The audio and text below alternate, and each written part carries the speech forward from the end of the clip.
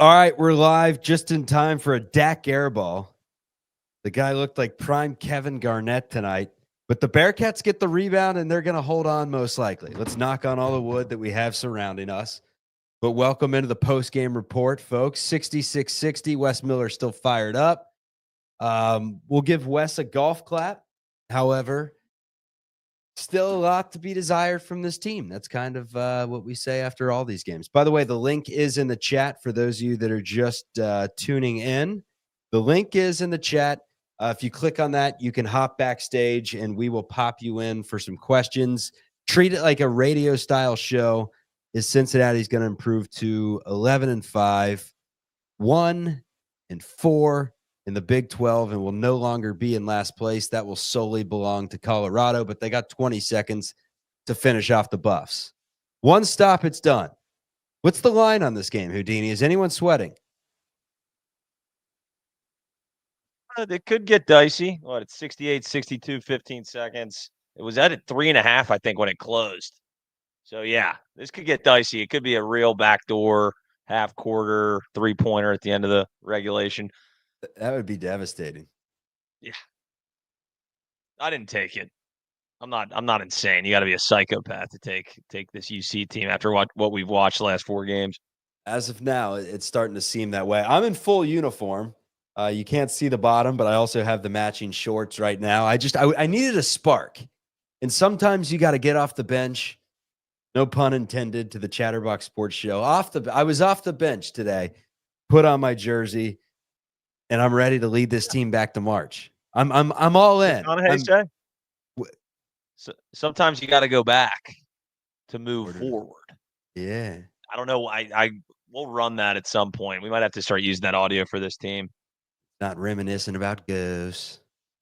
It's the Black Cat uniforms. Cord said it best. It's the Black Cat uniforms. About to be 3-0 in the Black Cat uniforms.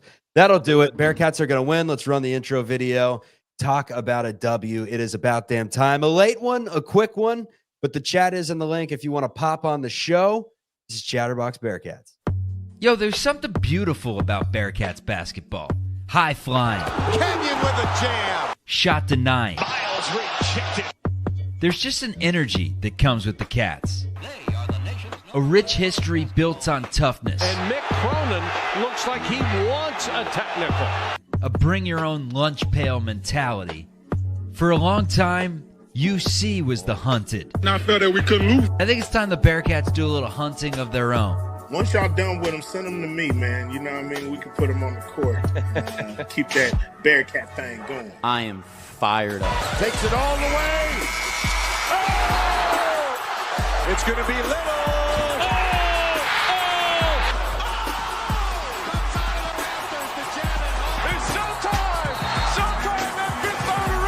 I wonder how Steve Logan would be over in Afghanistan or somewhere. I bet he'd be pretty poised. He just does not get rattled. Van Exel, he'll cut it loose. Watch out. Stevenson cuts it about. Oh! Kilpatrick outruns everybody. Johnson, the exclamation point. We've been dealt the king of heartbreak over and over again. Rozier, Smith, and Everything they worked for was undone on one play. But I see the light. The Cats are back. Lukosius. Open three. Got it. Oh, baby. Welcome to the only live Bearcats postgame show on YouTube. This is Chatterbox Bearcats.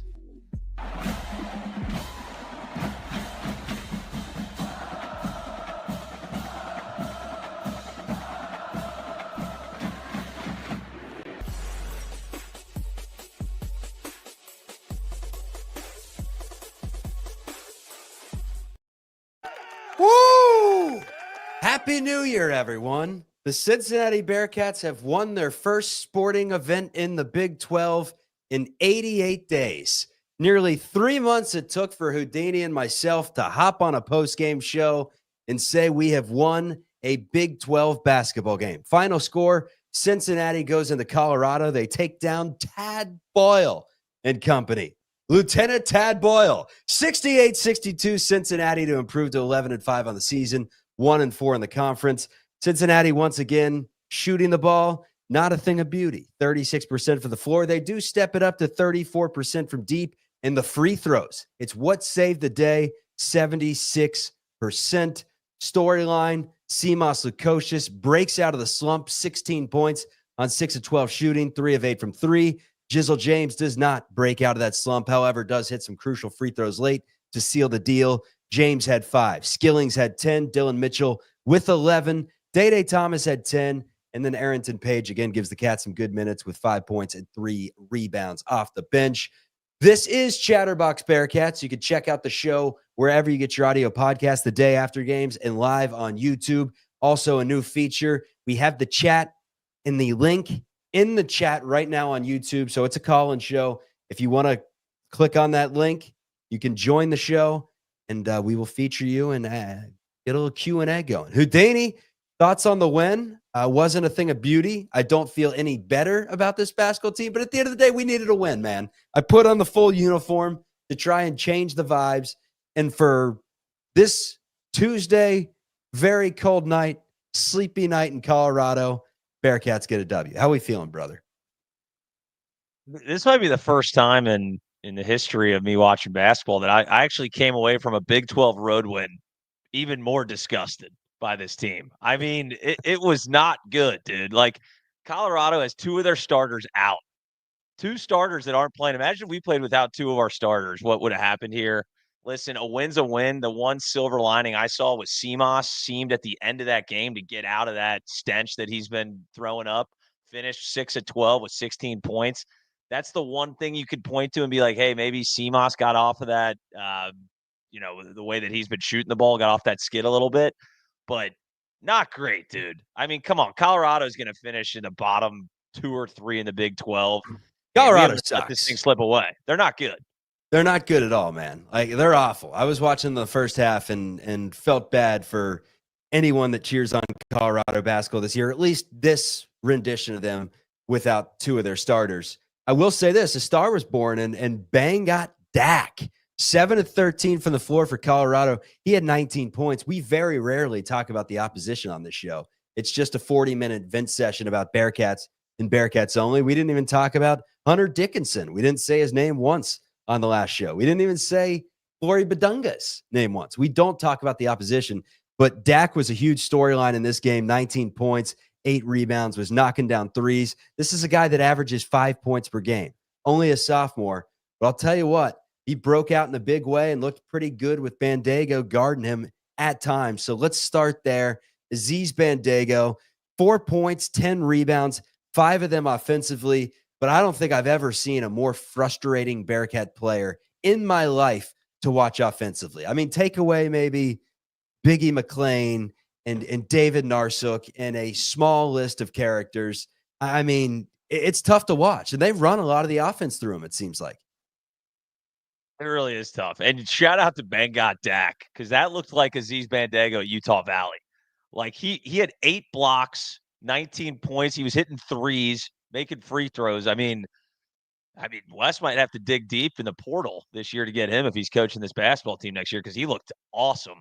But yeah, Aziz Bandago is brutal to watch, man, on offense. And I know he does a lot of the little things for this team, but at some Does point, he though? And that's not anything facetious. It's just a serious question. Like, because I see people in the chat saying his defense was awful down the stretch. Does he? Like, is he that important? Is he the glue of this team? If you limited his role just a little and played him 15 minutes a game, would the team seriously suffer? That's a serious question. No, I think it's something you got to look into. No, I think Aziz is in certain games. I mean, the Xavier game, he was fantastic. Let's not forget about it. In certain games, when he fits the style of play, he's great. But it doesn't seem like Wes adjusts his minutes at all. Like, regardless of what's happening in the game, he's like, we're playing Aziz 25 minutes, and we're giving him post touches. Like, we should never give him the ball in the post. I mean, we saw one of the most uncoordinated back-to-the-basket moves in the first half that I think I've quite ever seen in my life. So it's very frustrating to watch him, and it seems like we almost feed him the ball a little bit too much. It's like, what are we doing? Like, he can't be the focal point of the offense, and it sucks because Dylan Mitchell's got no back-to-the-basket moves either. We saw Arrington Page get himself in a little bit of trouble shooting no-look layups tonight. So it's kind of like, where do you turn from a big man perspective? West did finally run a lineup out there all small. I think he put Dylan Mitchell at the 5, didn't have Aziz, didn't have another big end. That's like one of the few times we've seen it all year. So hopefully he starts going to that a little bit more and staggers Dylan Mitchell and Aziz Bandego at the 5. 100% agree. Jizzle James at the point guard position. We got you, Sean, coming on next. Jizzle James at the point guard position has been a struggle. It was just 1 of 7 in the game today, 1 of 5 from three-point range. Did hit those big three-pointers down the stretch. We're going to continue this conversation on Jizzle because his confidence is just crushed. That Xavier game hurt him, although he did have the bounce back against Dayton. But, I mean, Jizzle, first 6-7 games of the season, scored in double figures every single game. We forget that he was the only player with a pulse against Villanova. He had 19. But right now, he is just mentally destroyed. Some of these players mentally destroyed, but specifically Jizzle. Let's welcome in Sean to the program. What's up, Sean? What's on your mind, brother? I want to congratulate the team. I see a lot of these podcasts, and everyone has their analytical thoughts and how the team let us down. We had a chance to close out the game up 7 with like 8 or 10 minutes left, maybe more like 6. And we failed utterly. And then down the stretch, we were able to chop up like the half court, get our guys to the line. And Colorado did the same thing. They're sentient beings. They're doing the same thing down the stretch. And they missed 5 free throws or 4. They missed the front end of a 1-on-1, and then 3 on a Hawk Tua throw from the piss stands. And then we hit our free throws. So just want to congratulate the Bearcats on hitting a lot of free throws. I don't have anything really further to add. Good stuff, Sean. Thoughts on that take? Thank you, Sean. That was electric. He gave us like a rundown there, and he's right. He was accurate on everything. We did hit free throws to close the game. It's the craziest thing I've ever seen. Colorado couldn't make a free throw to save their lives. We shot 76% from the line. If we shoot on our averages, we absolutely lose this game. And they shot 61%, 13 of 21. So he's right. I wouldn't say that we closed the game well by any means, but we did hit our free throws. So that's one positive we can look at in the end of this game. We closed the game well. We let them, take over with about 4 minutes left. I think they took the lead, but final couple minutes of the game, I thought Lukosius had some stones, baby. Had some stones. Niehaus, he's always got some stones, folks. King of the burners, king of the Bearcat burners, and king of the halftime spaces. What's up? What's on your mind, Niehaus? You're muted, brother. You're on mute. Disaster this guy class. podcasted. Oh my God. It's all right. Just keep talking. Houdini and I will break down what happened in the game today. But Houdini, this is a team that has a chance to really take a stranglehold on the season after struggling. They'd lost 4 straight games. 7 of these next 9 are winnable. Arizona State on Saturday. Do you feel good about this stretch? I mean, based off what you've seen, do you feel good about this stretch, or did tonight not fix any of your sleepless nights? It didn't fix much. Like I said, the one thing was Simas Lukosius seemed to get off that skid that he was on as far as shooting the basketball. Hopefully that continues. But somehow we almost covered the over as well. I think the over was right at 70 points. I don't know how we even did it, but there's still a lot to be desired from this team. But you're right, the stretch, the schedule gets much easier. And if they could kind of hit their stride, get their rhythm back, maybe Jizzle James wakes up out of the coma he's been in, then things could start looking good. And maybe Wes, for the love of God, Wes won't change the starting lineup. He did hockey subs 4 minutes into the game at 16-minute mark. I didn't understand what was going on. Like, maybe switch up the starting lineup, try some different things. But, hey, at least the schedule gets easier. That's really the only thing I could say on that. Niehaus, what do you got on that? All right, can you hear me now? You're back. The TikTok mic killed me. Basketball is a complicated sport. Maybe this is a simple fix, because I don't know if you saw that graphic where when UC wins, CMOS is averaging 15 points, shooting 50% from the floor. When UC loses, CMOS is shooting 26% from the floor, averaging 6 points a game. It's like Caleb Love with Arizona when we had the midweek show, pre-Arizona. When he's shooting well, Arizona wins. When he doesn't shoot well, Arizona loses. CMOS Lukosius, maybe he's the recipe. he shot 50% from the floor and over 33% from three tonight. Is it that simple? Do you guys think it's that simple? I do. It's like I said, if Seabass can be the kind of the leader of this offense, when he's hitting those threes, it changes everything. He bails us out of so many bad offensive sets, and he's been good. People forget, like, he played very well in large stretches of the Big 12 play last year. Like, we know he has it. It's not like he was a flash in the pan in the out of conference and can't play against anybody with a pulse. We've seen him do it before. And if he can make shots, and even when he was missing shots tonight, and his confidence is not quite there because he was launching when he had a split second the first 10 games of the season, he was launching anything he saw, and he starts to hesitate a little bit more, but at least he was getting to the basket a little bit more than just shooting those step back threes. So I really liked what I saw from Seamas, even when he was missing early, and then he started to get hot. So I think you could take positives from that, because if he's good, I think the team's good. I really do. The Day-Day Jizzle conversation right now of plugging Day-Day into the starting lineup, putting Jizzle on the bench, trying to find a spark in Jizzle. This is not what I thought of Jizzle, obviously. I mean, in the offseason, freshman year, I said, he's like a Davion Mitchell.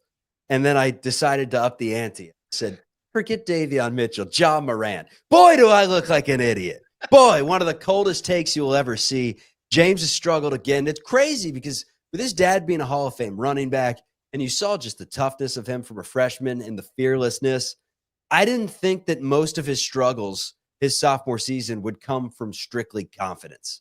I mean, it truly is right now a situation where we are watching a basketball player in his sophomore year. A lot of time to grow, a lot of time to fix things, but is mentally broken, it seems, out there. Lily brought up a good point on what to do, like a little segment on the postgame show, trending up, trending down. So I'm just going to kind of throw mine out. Trending up, Arrington Page. Trending down, Tyler Betsy, Jizzle James. Like I tweeted, like, I'm not sure what Tyler Betsy does to earn these minutes.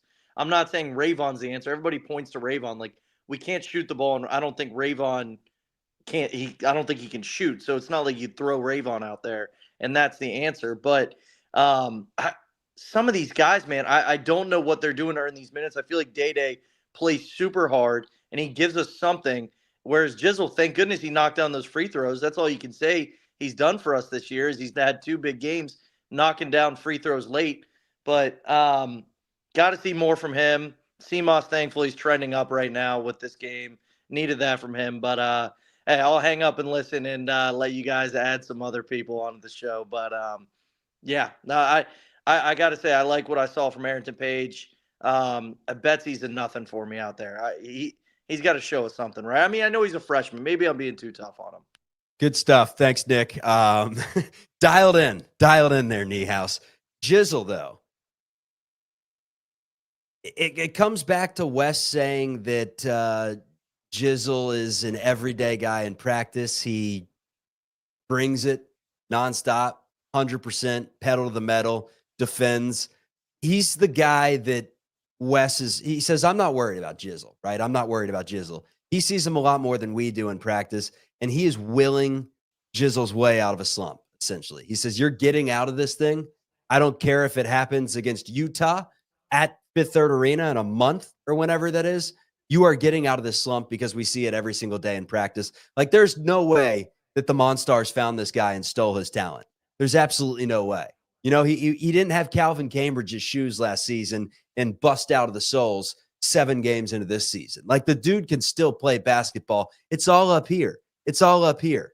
And it's wild to me because that's the one thing that I thought he had, was just that warrior-like mentality where he was poised well beyond his years, and maybe he will be down the road. But as of right now, not too poised. Always poised on the mic. Eric Lilly, how we feeling?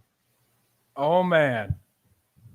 We need some optimism in here, guys. I know it didn't look pretty, but it's time to accept we're not going to look pretty. Like, everyone here is talking about how much we suck, and we do. Like, on off, it's awful. It's pathetic. Coming from me. But we got to start winning ball games ugly, and we know all about that in Cincinnati. We did it today, somehow because of free throw shooting. The concern for me is we didn't win the ugly game with like scrappy rebounds and stuff like that. Like Colorado had, like we should have smoked these guys on the boards and they beat us +4. Missing open threes still. Like they're still, I see why people are negative. All those things are still occurring, but we got to get this first one off our backs, beat Arizona State, and then go into that Texas Tech game and just, for once, win a big game at home, guys. For once. Also, CJ, man. We needed a little CJ step up, and he had 5 today. Yeah. And when he's in, like even versus Kansas, we scored 40, but things are happening when he's in. Like things are happening. Like stuff's going on. We saw him play in the state title against Scott County with Covcath. Like the guy knows how to play basketball. He's not just a raw talent like a lot of the players on this team. Like he's fluid. He comes off screens. He spaces the floor. Knows where to be. Had a block today. I think it was Fran Fraschilla was like, oh, they better exploit this matchup with Frederick here. And Frederick was just like, and blocked him. And he's like, oh, never mind. CJ stood up to the task. Literally as he said it. Yeah. I love what CJ Frederick does well. And he played 12 minutes. They got the minute totals now, 12 minutes. I wish he would just launch threes anytime he's open at all, just for a split second. Just launch it. It's going to be better than half of our offense. But yeah, you got to like what you saw from CJ. I mean, Day Thomas finished with 25 minutes and Jizzle James finished with 22. So I think that we can even uptick Day's minutes. I know efficiency-wise, he actually had a pretty good efficient night tonight, 4 of 8 with 10 points. He hasn't been great efficient-wise, but like I said, he's one of the only guys that attacks the damn basket. I mean, I don't know how many free throws we've had actually attacking the rim because he's the only guy doing it. So we need as much playmaking as we can get. So I love the idea. Tell me if I'm crazy here. I don't think anyone's going to disagree here. Put Day Thomas in the starting lineup. Put Jizzle on the bench, where he was comfortable last year. Maybe he picks up his stride at some point, but I think that's the easy solution to try to put some life into at least this starting lineup and get off on the right foot. Yeah, again, I think it comes back to West just saying that he sees it every day in practice and he's not worried about Jizzle, and I don't think he wants to throw off his – I'm worried about him too. At a certain point, I think you do have to throw off kind of his routine and just switch things up and get him in a different position. Maybe get him running around with a different lineup than he's typically used to where he feels like more of the alpha out there. I don't know what needs to happen, but first things first, off those ball screens, he needs to start attacking. I mean, it's always first step off the screen. He's taking 2 steps back, dribbling back, and then next thing you know, Aziz is out there on the perimeter. There's 9 on the shot clock. I'm like, what is this spacing? Why is Aziz this far away from the basket with 9 seconds left? But then guess what? He's inside. We throw it to him down on the block, and I feel just as bad there. So it's kind of a lose-lose situation. But look, fellas, we got the first. You always remember your first, and we got it against the Colorado Buffaloes. First time the Bearcats have beaten the Buffaloes since the 80s. We've dominated the Buffaloes over the years. I think we're now 8-1 against Colorado. That's irrelevant. What is relevant is Arizona State is up next. That is on Saturday. Then it's Texas Tech. Tough game. At home, though. BYU, Utah, that trip out west. These 4 games coming up. What to you is, all right, we're back in tournament contention resume-wise? Because obviously the team can win 3 of these games, but if they look awful and they beat, Utah, Arizona State, and sneak one out against Texas Tech, I don't think the resume feels good, but we still want to be a good basketball team, right? There's more to just, getting to 2 games below 500 in the Big 12 or whatever it is. What's a good stretch look like to you fellas? Houdini. So, keep in mind, we do have 5 losses, right? 4 of which are quad 1 losses. Okay. We had the Kansas State on the road, which I think is a quad 2. So from a net ranking and KenPom standpoint, you can see we're still right in the mix. Although as a fan, it's just been so disgusting and disheartening to watch. We're like, wait a minute, does this team suck? But all the analytics point to we can get right back into this. If we go on a stretch where we win 3 out of the next 4 games, we're right back in the mix. We're right back in it. I know they're not, the best competition, but it's still Big 12 play, one of which would be at BYU, which would be a very good win. So I think if you get 3 out of the next 4, I think you got to feel pretty good. Steve says, does UC have any quad one wins? The answer is no. As of right now, the best win has to be Xavier, considering, I mean, maybe there's a chance that because it's a road game, Lily would know this better than me, that Colorado sneaks up on the radar. But as of right now, it's got to be Xavier because Dayton is falling apart. They stink. That's not going to be a good win by the season's end. Yeah, Colorado is real close, but after tonight, I just don't see them getting to Q1. I'm sorry. Like, we could tell ourselves they have a chance, but come on. They suck too. So does Dayton. So does Xavier. We got a ways to go here, but we got to start somewhere. No good wins. No bad losses though either. That's seriously, that stuff matters. Like our resume. You said Kansas State was a quad 3. It's Q2 right now, but yeah, it's trending that direction. Q3's.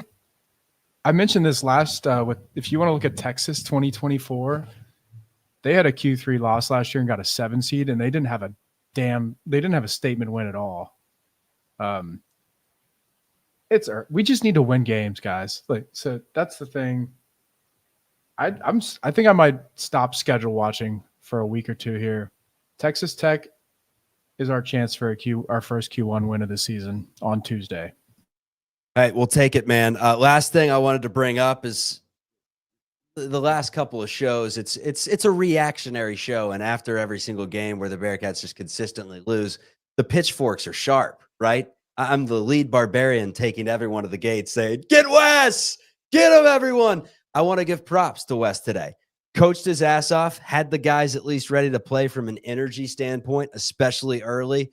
I saw him dig into Dylan Mitchell, which we asked him for a little bit of fire, hold guys accountable. I saw him in the first half after Jizzle, can't remember what the play was, but it was something abysmal. He immediately yanks Jizzle at the next TV timeout and puts in Day-Day. I like the accountability there. He was smacking the floor. I like that. Overall, you could just tell that Wes really needed this game. He knew he needed this game. He got it done. And I'll give the guy his flowers for winning a game at Colorado. Road games are never easy in college basketball. Let's go back-to-back because the Bearcats have never won back-to-back Big 12 games in the regular season. They have a chance to do that against Arizona State. Fellas, I got to host the Warriors post-game show. Final thoughts from each of you. Let's start with you, Lily. What you just said is we have to win we have to string games together this year. Now that we started 0-4, it is urgent, imperative to go on a streak of some sort this season, whether it's 4 games, 5 games, 6, whatever, anything. Doesn't matter who you're playing. It has to happen. You have to prove it to the fans that we are at this level because we're just going crazy over here. Yeah. Do you remember the song? It was back when we were in high school at Moeller. We take one step at a time. We're learning to fly. It's one step at a time, fellas. That's what the Bearcats need to do. One step at a time, one win. Great at a track. time. That was a banger. Low key. Houdini, take us home. No, yeah, you got to beat Arizona State. You absolutely have to beat Arizona State. They got athletes. They're going to be a tough win. If we win that game, I'll start feeling a little bit better. My last thought is I wasn't aware of Miss Peggy at Colorado, who apparently is an arch rival of Sister Jean. They said she's 100 years old. I want to see a birth certificate. She looked like she might be 85, 86. So I wasn't buying that. And UC needs to get an old lady as a fan as well to get the mojo back in this program. So that's where I'll leave it. Yeah, I don't really have many. I mean, I'm trying to think of anyone that can help us out from that perspective in Cincinnati, but we can get Ruby to all the games. We can get Ruby. Like we don't have a sister, but we got Jeff Ruby in like cool suits and a top hat on the sideline. I mean, we could get that. Oscar was cool when he was on the sidelines. It's been a minute since he's been to the games. You got to get like Bootsy out there. We got Bootsy Collins in Milford. Well, Zach Taylor went to the last game. I mean, when the Cats are hot, man, they get some star-studded people there. I remember I went to an SMU game and Brandon Phillips was there in like a gold suit. I'm like, "What's up, Phillips?" He's like, I'm not really trying to talk to anyone. I'm like, you came to the game in a fucking gold suit, man. You're clearly trying to be noticed, with all due respect. But respect the game, man. Real recognize real. That's it for me. If anyone wants to take the floor for the final 15 seconds, you got it. Otherwise, nice little digestible 30-minute show. Bearcats improve to 1-4 in the Big 12. Take us home with a final thought, Houdini. Arizona State. That's all there is to it. Beat their asses. See ya, everyone.